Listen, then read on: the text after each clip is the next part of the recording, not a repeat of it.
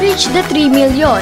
Find, treat, cure TB. Yan ang tema sa naganap na pagdiriwang ng World Tuberculosis Day 2014 noong ika-26 ng Marso.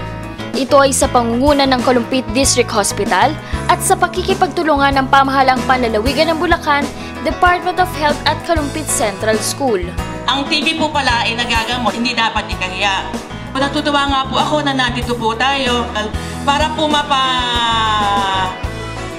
alam sa buong Philippines o sa buong mundo sa mga donor agencies na mayroong programa na ginagawa dito sa Pilipinas para makontrol ang TB.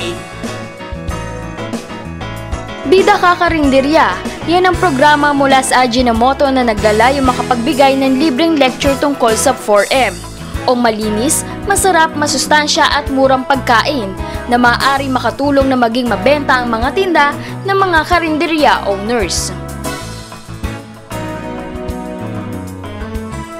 Ang nasabing programa ay naganap sa Kapitolyo Food Court Lungsod ng Malolos noong ika-27 ng Marso.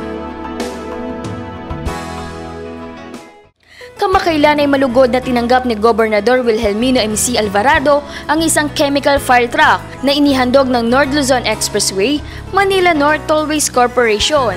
Ang fire truck na ito ay maaaring maglaman ng tubig, foam at dry chemical bilang mabisang kagamitan ng Bulacan Rescuers upang agad maapula ang apoy kung magkakaroon ng sunog sa lalawigan.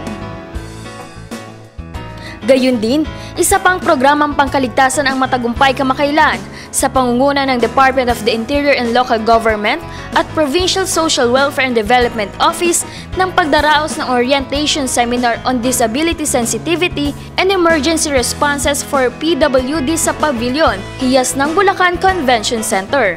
Isang basic training para sa mga kababayan nating may kapansanan upang isagip ang kanilang buhay sa oras ng sakuna.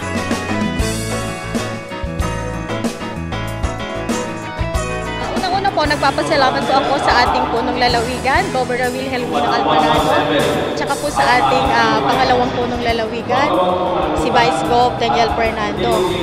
Yung paglulunsad na to ng seminar na to, nagkaroon ng kaalaman, maski yung mga pakapamilya namin, mga kasama sa bahay, kung paano po natin unang maililikas yung mga kasambahay nating mga person with disabilities. Actually, ngayon pa lang po, nagme-meeting na po kami dito sa aming table para po maibahagi sa mga barangay. Kasi usually, nangyayari, mga may kapansanan ng unang-unang nagiging biktima kasi sila yung last na nasi-save kasi hindi alam o hindi kayang dalahin ng sarili.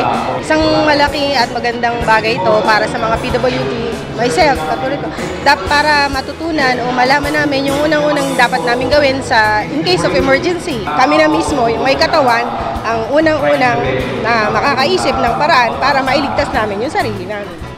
Pagkatapos ay sinundan nito ng paglulunsad ng Patrol 117 Commission, isang hotline na maaring tawagan sa oras ng pangangailangan. Dito ay mismong si Gov. Willie ang nag-test call at nagpatunay na sa 117 call, kagyat ang pagtalima ng pamahalaan sa oras ng pangangailangan ng sinumang tatawag.